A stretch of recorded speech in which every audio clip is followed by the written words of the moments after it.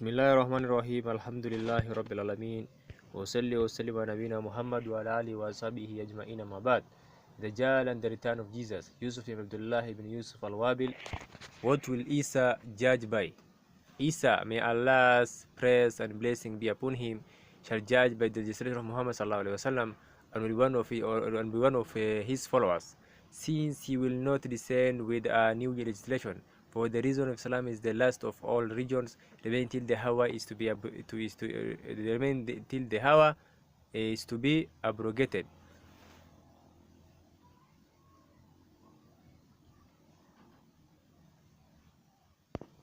Isa, may Allah's praise and blessing be upon him, will be a ruler from amongst the rulers of this Ummah who will have already preceded, reviving the affair of Islam, since there are not being any prophet after Muhammad sallallahu alaihi wasallam. Imam Muslim has reported from Abu Hurairah, may Allah be pleased with him, that the Prophet sallallahu alaihi wasallam said, "How will you be when Isa ibn Maryam descends among you, and your Imam will be from amongst you?" So I said, the speaker is Al-Walid ibn Muslim to ibn Abi Deb. Al-Awzan read from Zuhri, from Nafi, from Abu Hurairah, may Allah be pleased with him, and your Imam is from amongst you. Ibn Abi Deb asked, do you know what the words he will lead is he who will lead is amongst you mean? I replied, explain to me. He replied, he will lead you according to the book of your Lord, the most blessed and sublime, and the sunnah of your Prophet sallallahu alaihi wasallam.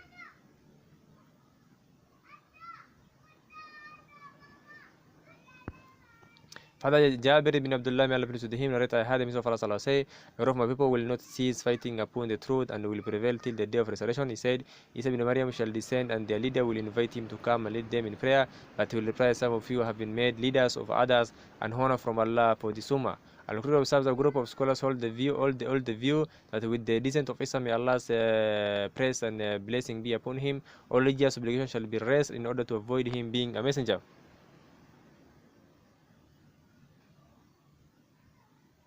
A messenger to the people of that time, directing commandment from Allah the most sublime to them.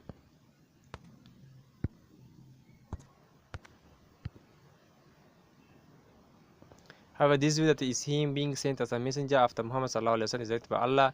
The Most High says, "Wa khatam an-nabiyyin," and the last end of the prophet. And by the statement of the Prophet sallallahu alaihi wasallam, there is no prophet to come after me, and he's saying, I'm al-Aqib, intending by that the last of the prophet and the seal. Consequently, it is permissible to believe that Isa, may Allah's praise and blessing be upon him, will descend as a prophet with a new legislation besides that of Muhammad sallallahu alaihi wasallam. A prophet, on the contrary, when he does descend, he will be from amongst the followers of Muhammad sallallahu alaihi wasallam. And as he sallallahu alaihi wasallam has already informed concerning when he said to Umar, if Musa, may Allah's praise and blessing be upon him, was alive, it will not be allowed for him to lead, but only to follow me.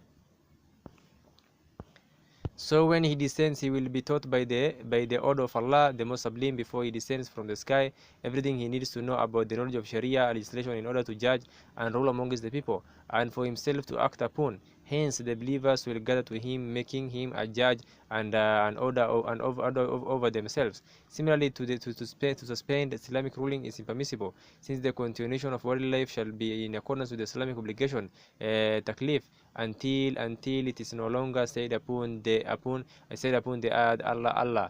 Inam. Additionally, that which proves that religious obligations shall be remained after Isa, may Allah's praise and blessing be upon him, descend is Salah alongside the Muslim, his Hajj and his Jihad against the disbelievers. As for his Salah together with the Muslims and his fighting the disbelievers and the followers of the Dajjal, then the narrations in this regard have already preceded. As to his Hajj, then in Sahih Muslim is narrated from Handala al-Aslam, who said, had Abu Hurairah, may Allah be pleased with him, narrated from the Prophet sallallahu alaihi wasallam that he said, by him in whose hand lies my soul, Ibn Maryam shall certainly do tahleel at the way of